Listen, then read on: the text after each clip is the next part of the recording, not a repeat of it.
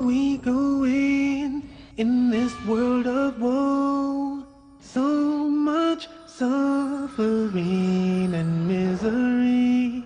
Our hearts are longing for the endless home of peace and love and harmony. Oh, no more bitterness, hatred or greed. Paradise is the place we need. I feel the peace inside of me. Greetings and peace. This is Dr. Laurence Brown with another episode of Interfaith Issues. I'm coming to you today with a topic that might surprise a lot of you. And that is that today I'm going to talk about how I became Muslim. Through these talks and through my other works, a number of people have approached me and asked how I became Muslim and why. And if for no other reason than simply to tell the story once, answer everybody's questions, and let people know how I made this major change in my life and in my religion, I've decided to tell the story. The story takes us back to 1990. Before 1990, I was the typical American. I basically subscribed to the philosophy that the person who died with the most toys wins. I had spent my life accumulating different things of this world, and that was the only thing that I knew. That was the only objective I knew in life. In 1990, my second daughter was born. I guess I wasn't listening the first time. When my first daughter was born, Christina, about 10 months before, she did something I had never seen any child do before, and that is that she was able to stand from the very first day of life. From the very first day, if I put her on her feet, she would stand upright by herself. Now, I'm a doctor. I'm a medical doctor. I understand that that is something that a newborn baby is not supposed to be able to do. But I didn't see it as a miracle. I saw it as something interesting, something charming about this child. But I guess I didn't get the message. I guess the message had to come to me twice, and the second time in a more dramatic way. So, 10 months later, in 1990, my second daughter, Hannah, was born. Now, Hannah was taken directly from the birthing room in the hospital to the neonatal intensive care unit. And at the time, I didn't know why. They did not tell me. I was a doctor working in the hospital. It was George Washington University Hospital, one of the most famous hospitals in the United States. That was the hospital where President Ronald Reagan went when he was shot. You cannot fault the medical care at that hospital. They had the highest medical care. So when I found out that my second daughter was blue, I was very concerned. I went and saw her in the intensive care unit. From the level of her chest down to her toes, she was a dusky, the only way I can describe it is a gunmetal blue, this deep, deep, dusky kind of blue. Now, for those of you in the medical profession, you understand what that means. A lot of people, even outside the medical profession, understand what that means, but for those of you who don't, you know how when you look at the veins in your arms, in a pale-skinned person like myself, those veins are blue. The reason why is because blood, when it is carrying oxygen, is red. When the blood does not have oxygen, it turns blue. And that was the color of my child. We took a cardiac ultrasound it showed that she had a coarctation of the aorta. Now, the aorta is the major vessel that comes off of the heart and then sweeps down to the rest of the body, carrying all of the blood for the body from the chest down. And a coarctation is a critical narrowing in that artery. We could see where the artery was normal size. We could see where it was normal size on the other side, but right in the middle, there was this tight coarctation where the artery narrowed down to almost nothing. So that was the condition of my child. She was dying. Her body was suffocating.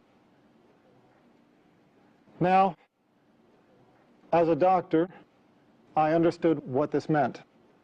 I had assisted on numerous cardiothoracic surgeries.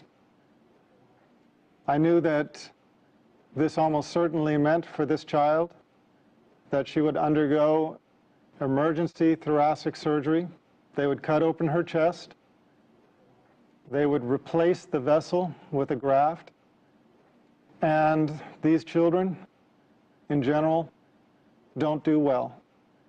Given the technology of the time, about 20 years ago, my expectation was that my daughter would have the surgery, survive a few years, need to have the surgery again to replace the graft as she grew, and eventually the graft would fail and she would die.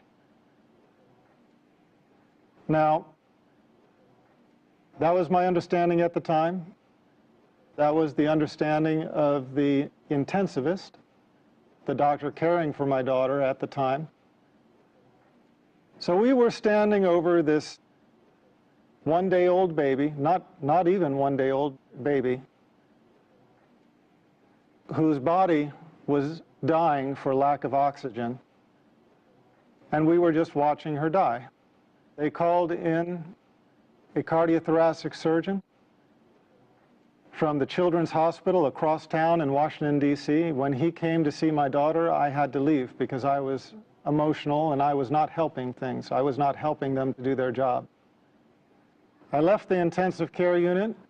I went down the hallway. Because it's an intensive care unit, there's a prayer room nearby. Now, I remember very clearly walking into that room and praying for the first time in my life with sincerity. And I remember it because I had never prayed with sincerity before.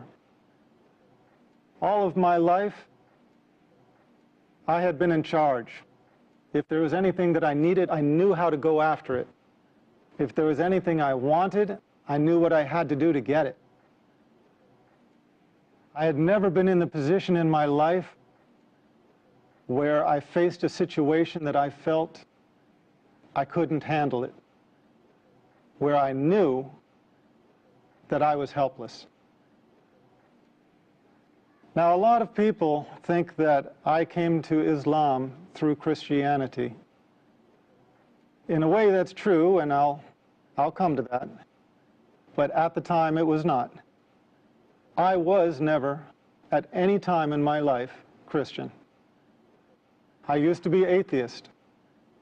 I was one of those who denied the existence of God. In fact, I tried to argue people away from believing in God.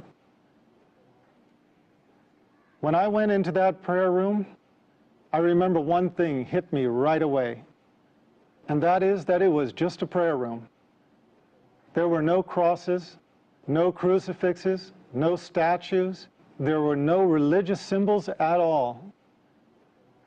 And immediately, I felt it was the right place to be. But because I was atheist, I prayed a prayer which I have since come to know is a little bit infamous. It's a kind of a weak prayer, but it has its strength. And that prayer is, "Oh God, if you are there." You have to remember, I had spent all of my life denying God, denying his existence. At that moment, I realized there was nothing I could do there was nothing in my worldly power to help this child.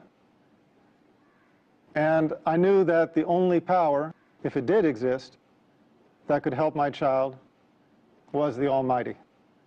So the only way I could pray was to pray, "Oh God, if you are there." And I admitted, I was honest.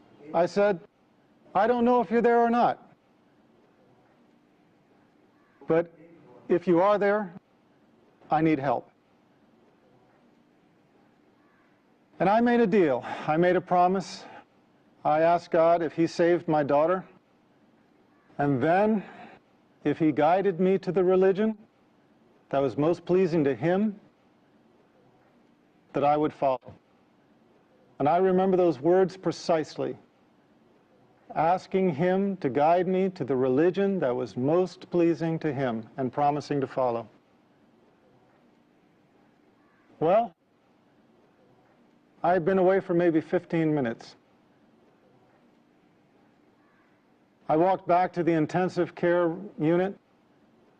When I entered the unit, the doctors were huddled around my daughter like a football team in the huddle.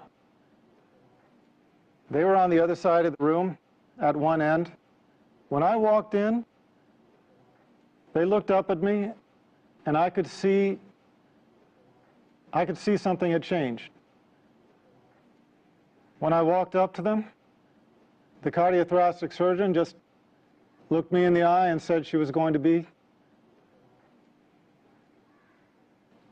okay. The doctors around me did not understand it. He went on to give an explanation. He started talking about a patent ductus arteriosus and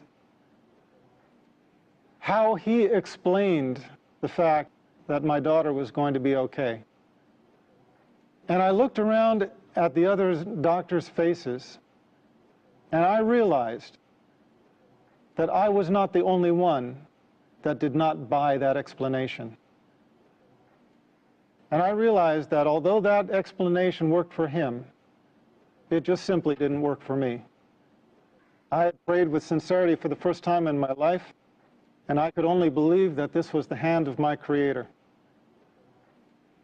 We took an ultrasound before that showed this life-limiting condition. We took an ultrasound after, and she was completely stone-cold normal. She never had surgery. She never had medicine. She just went to becoming a completely normal child. As a matter of fact, she entered college this year. When I saw this miracle, I realized I had made a promise. And I realized that if I did not fulfill that promise, I would be blameworthy. So I started searching. I had promised my Creator that if He would guide me to the religion most pleasing to Him, that I would follow. And the last thing I wanted was to die with that promise being unfulfilled. I would love to continue and finish the story all in one go, but we have an obligation to our sponsors, and so I ask you to be patient, bear with us. We're going to break for a few minutes. We'll be right back. Welcome back. This is Dr. Laurence Brown again, speaking on the subject of my conversion to Islam. And I will just continue the story that I started, telling how and why I became Muslim. So, I started reading scriptures of a variety of religions. I studied Buddhism, Taoism, Shintoism, read into the Bhagavad Gita, started studying Hinduism, worked my way around to Judaism, Christianity, started working myself up the ladder of the revealed monotheistic religions. With each religion I encountered, I basically just came to the conclusion that, well, no, that's not it. It didn't take me long to decide against Buddhism, against Taoism, against Hinduism. That's why I ended up studying Judaism. When I studied Judaism, I felt, okay, now here there is some truth, but there are also some things that I did not believe. I found inconsistencies in the Old Testament, which we'll talk about in another show, inshallah. I found the prediction of 3 prophets to follow, and that obviously raised the question, well, if those prophets do not count as John the Baptist and Jesus Christ as the first 2 of those 3, who else could it be? So I moved on to Christianity. As I studied Christianity, I just was looking for the answer anywhere I could find it. I studied with the Southern Baptists, the Quakers, the Greek Orthodox, the Roman Catholics, Mormons, Seventh-day Adventists. My head is kind of swimming with all of the sects of Christianity that I approached for longer or shorter periods of time.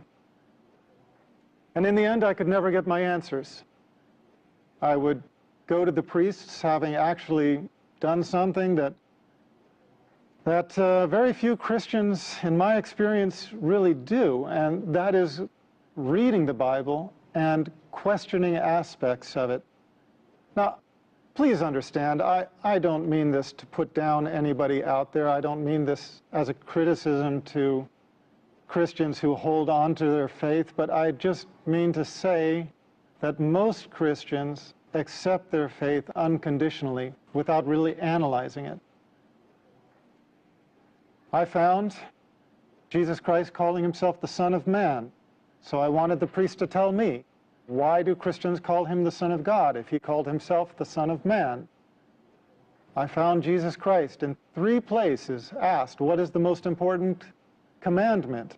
And he said, "Know, O Israel, your God is one God." And I couldn't find the Trinity anywhere. I said, well, if the Trinity is not in the Bible, why are people teaching it? Why are people believing it? Why are people following it? Why are people professing it? And they said, well, it's First Epistle of John, chapter 5, verse 7. And I found out that that's a forgery. It doesn't exist in the original manuscripts, which is why it has been modified in the more modern Bibles. It is why you do not any longer find in the reputable Bibles published in modern day, you do not find it talking about the Father, the Son, and the Holy Spirit, and these 3 are one. You don't find that anymore because the scholars of modern times have recognized that that was a misleading insertion. As Scofield's Reference Bible states, it's an interpolation. It's a misleading insertion. I wanted the priests to answer these questions for me, and I never found a single one of any sect anywhere who could. I felt almost more lost than before. I believed in what Jesus Christ taught. I believed that he was a prophet. I believed in God as one God. I believed that man's relation with God is direct, without intercessor. I believed that we are accountable for our actions. I could not believe that we carried the taint of original sin, a sin that we never committed. I was at odds with Trinitarian theology, but I was in agreement with everything Jesus Christ taught. And I found these 2 to be different. And no priest could explain this to me. For a couple of years, I was searching, not finding anything, because in the West, in America, really about the last religion most people even think to consider is Islam. It wasn't until I learned about Islam, about the Prophet Muhammad, peace be upon him, that everything suddenly made sense. Everything fell in place. The Old Testament's prediction of 3 prophets to follow, John the Baptist being 1, Jesus Christ being 2. Who is the 3rd? The Prophet of Islam, Muhammad, peace be upon him. Everything else fell in place. All of the teachings of Jesus Christ, his teaching that God is one, his teaching that the prophets, including himself, were men, his teaching that we are directly accountable to God, without intercessor, no saints in the way, no priests that you have to make confession to or seek absolution from. No, our account is directly to God without intercessor.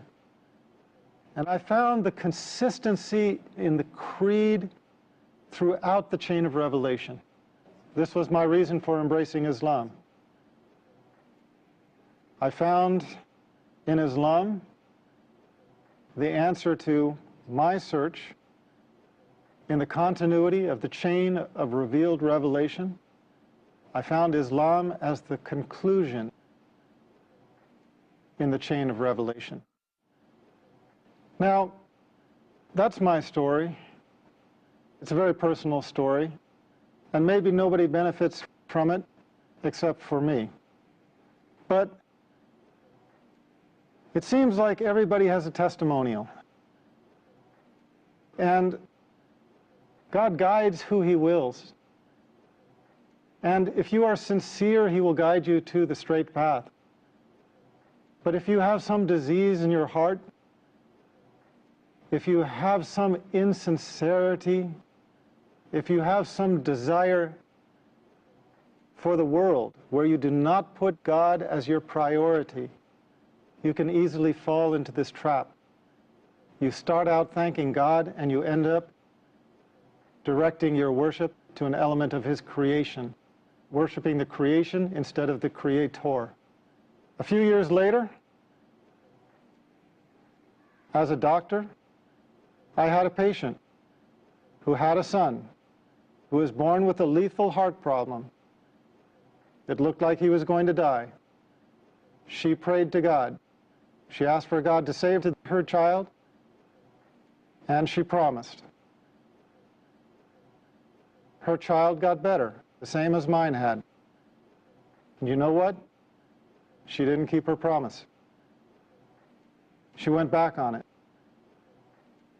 And I guess that kind of concludes my story, because when I saw that, I realized that I didn't become Muslim because I'm so smart, because I figured it out, whereas somebody else maybe didn't. No. Here was this woman in the exact same situation. She was praying for the salvation of her child with a lethal heart defect, just as I had had a child with a lethal heart defect. And what was the difference between the two of us? The difference was simply that Allah guided me to Islam and made me sincere. And for whatever reason, she did not. She failed in her test. If there was one message I would send to the audience, it is just this. We come to the religion of truth not on our own, except as we ask for it. Allah guides those who He wills. Pray to Allah by whatever name you know Him. Pray to the Creator with sincerity. Ask Him to guide you in your heart and in your mind to the religion of truth and to make you pleased with it. And you will find, if you are sincere, and if Allah answers your prayer, you will find that the religion of truth enters your heart. And inshallah, you will join us as a brother or sister in Islam. Thank you for being my audience on yet another episode, Interfaith Issues. We will continue again, inshallah, and I look forward to being with you then. Peace, and may God be with us all. I feel the peace, inside of me, all complete tranquility. I remember Allah, He remembers me. Feel the peace, feel the breeze.